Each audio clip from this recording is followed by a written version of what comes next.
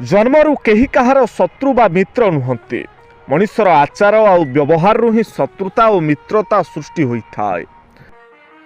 हृदय रे सीए ही बसी थाए जार मन सफा थाए, कारण छुंची भितरे सेई सूता प्रवेश करि थाए जेउ सूतारे गंठी न थाए। भाषा मनुष्यर व्यवहार और संस्कार को प्रकाश करे, हेले चेहरा तो खाली अभिनय करे। संयमता सहित मनुष्य बंचिबा उचित। ऊपर को पत्थर परी अभंगा भितरे तरली जाउथिबा मनुष्यटी ही बोधे बापा। निज छुआ मानक पेट पुरेइबा पई निजे भोक संभाली पारुथिबा मनुष्यटी हेउछि मा। लोकमाने रंग बदलाई देइथांती, किंतु भगवान समय को बदलाई देइथांती।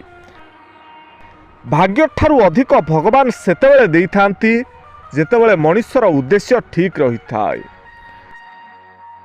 जी धैर्यर सहित अपेक्षा करने जानी थाए ता पाखकु सबु जिनिस कौनसी ना कौनसी प्रकार रे निश्चिंत पहुँची थाए।